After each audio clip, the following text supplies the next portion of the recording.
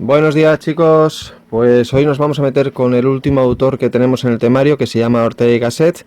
Este es un pequeño apéndice que se hace de alguna manera pues haciendo un guiño a la filosofía española y pues se centra en esta figura que es de las más importantes en la cultura española del siglo XX, de la primera mitad del siglo XX.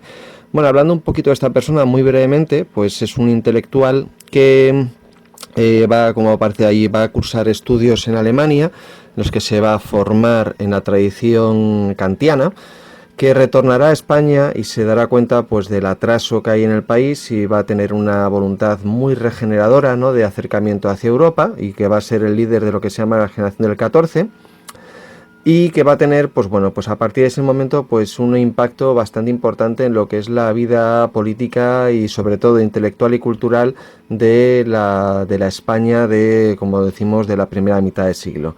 Bien, aquí tenéis también lo que son estas tres etapas que habitualmente se relacionan con la figura de esta persona: el objetivismo, el perspectivismo y el raciovitalismo. Y es un poquito lo que vamos a explicar fundamentalmente. Bien, si veis aquí, después de claro, sabéis perfectamente que en la historia de España hay un corte importante con la guerra civil, y esta persona va a ser de las que va a ser exiliada, pero va a ser un exilio que no va a ser tan duro como en otras personalidades intelectuales, y que va a terminar, pues bueno, pues haciendo una especie de pequeño retorno, va a volver a España para congresos, ¿no? El régimen franquista más o menos le va a permitir su actividad intelectual y morirá en 1955 en Madrid.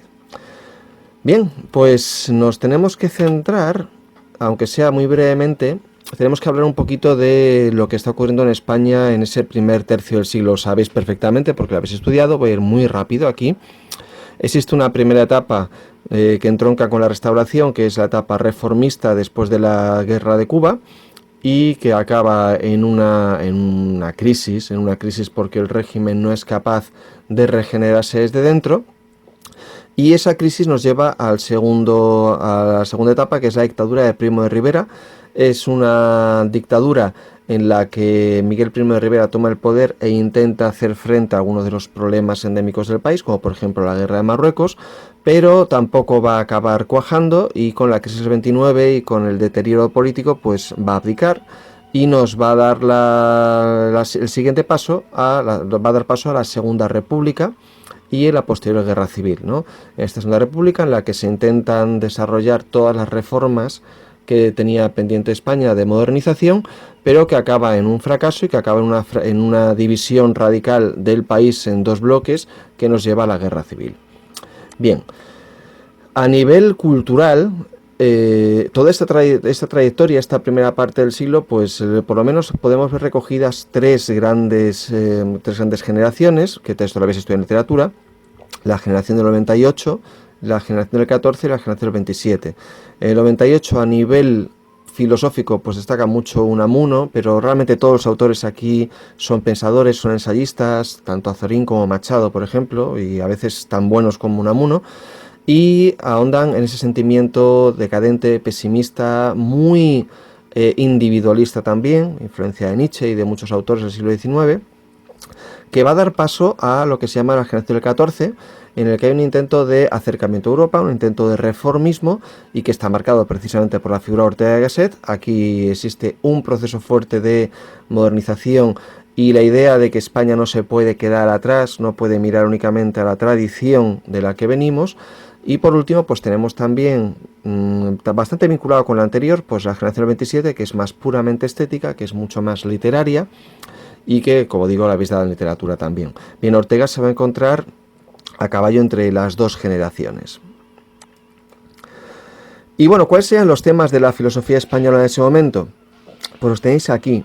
Fundamentalmente hay como dos grandes oposiciones, por llamar de alguna manera. Por un lado, la modernidad frente a la tradición, y por otro lado, la identidad de España como país frente a Europa y frente a otras fuerzas que están emergiendo, como son el nacionalismo o como son incluso países terceros, como Hispanoamérica.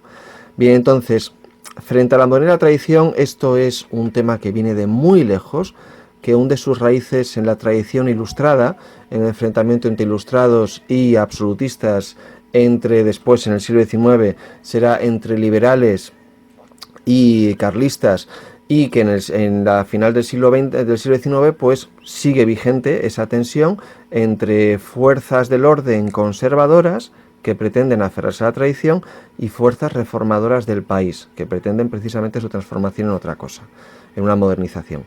Y tenemos la entidad nacional frente a la europea, y aquí hay dos posiciones muy enfrentadas. Está la posición de la generación del 98, que suele ser muy, no vamos a llamar conservadora, pero sí muy identitaria, muy tender hacia las auténticas raíces históricas de España, y que se va a enfrentar de alguna manera a lo que va a proponer Ortega, ¿no? Ortega precisamente va a defender que España necesita un cambio, necesita una regeneración, una transformación, y que eso le obliga a tener puestos sus ojos no en su historia, sino en Europa.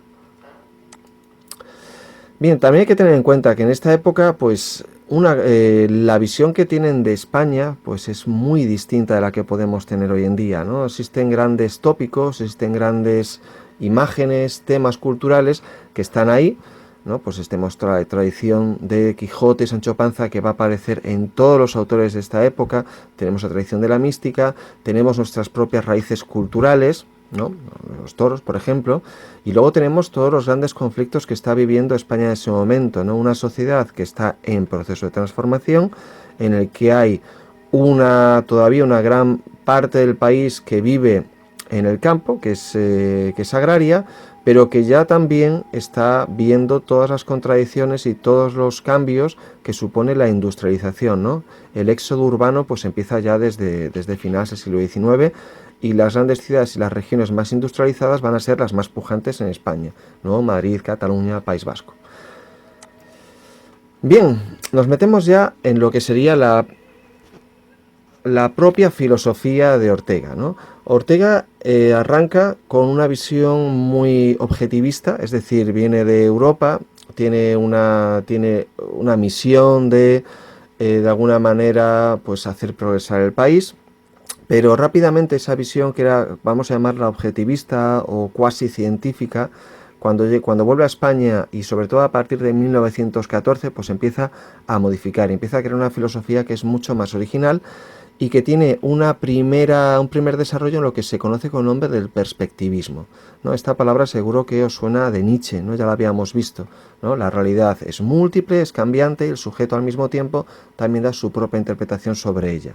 Bien, con esta idea del perspectivismo, Ortega lo que quiere es superar tanto el realismo científico como el idealismo filosófico, la tradición filosófica.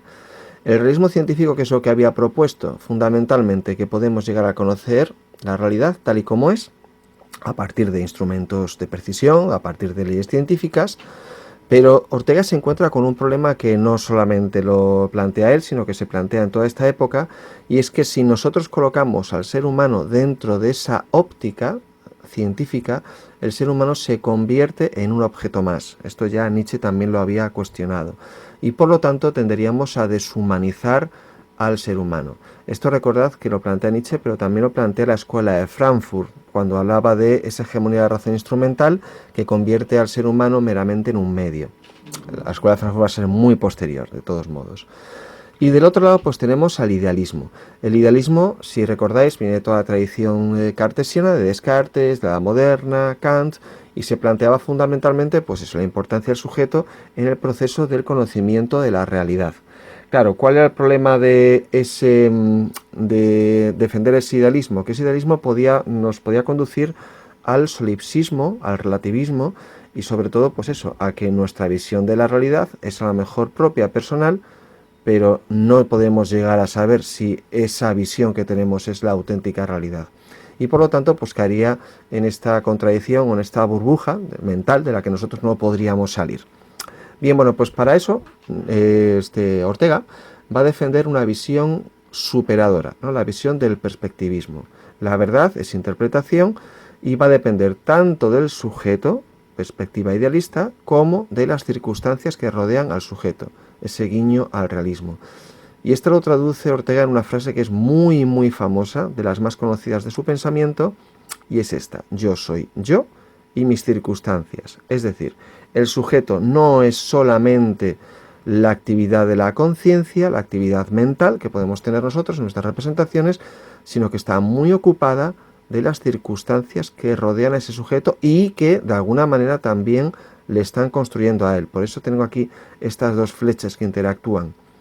Es decir, cuando hablamos del sujeto, obligatoriamente ese sujeto tiene que interpretar el mundo, tiene que plantear qué significa para él, pero por otro lado, las circunstancias van a determinar muchísimo lo que yo estoy pensando de ese mundo. Yo tengo un contexto histórico, personal, biológico, que va a influir en mi visión de las cosas, ¿no? Para que nos hagamos aquí una interpretación o un ejemplo. Podríamos pensar a lo mejor, yo que sé, la visión de un personaje como puede ser el propio Ortega y como puede ser nuestra interpretación de España. La interpretación que Ortega haga de España va a ser muy distinta a la nuestra. ¿Por qué? Porque él vive en un contexto histórico y una generación, para él la palabra generación es muy importante, que no tiene nada que ver con la nuestra. Y eso va a condicionar lo que él piensa de la idea de España. E igualmente nosotros, un siglo después, vamos a tener una noción de España que sea completamente distinta. Es decir, como estamos diciendo, las circunstancias están actuando o interactuando sobre el sujeto. Y si ponemos un último ejemplo, ¿no? Claro, aquí para superar ciertas dudas que puede suponer ese pensamiento. Claro, una de las críticas que se podía lanzar a Ortega era, bueno, si cada uno tiene su perspectiva, de alguna manera, inequívocamente, esto nos va a llevar otra vez al relativismo, que cada uno piense lo que le dé la gana de la realidad y cada perspectiva va a ser igual de válida que las demás. Bien, Ortega intenta plantear esto de otra manera. En lugar de entenderlo como un antagonismo, como una posición de perspectivas, lo que le interesa a Ortega es precisamente que busquemos una conexión entre ellas, en lugar de ser antagónico, complementario. Y aquí tenemos, por ejemplo, la pareja más famosa de la cultura española, ¿no?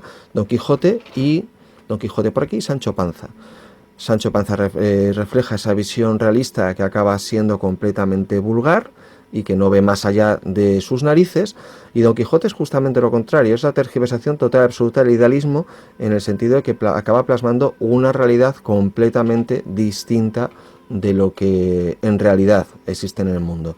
Bien, para entender esta obra sería inútil coger solamente la figura del Quijote o inútil coger la figura de Sancho Panza. Si, por ejemplo, cogiésemos solamente la figura de Sancho Panza, tendríamos una novela realista, una novela picaresca. Si cogiésemos solamente la figura del Quijote, tendríamos una novela de caballerías.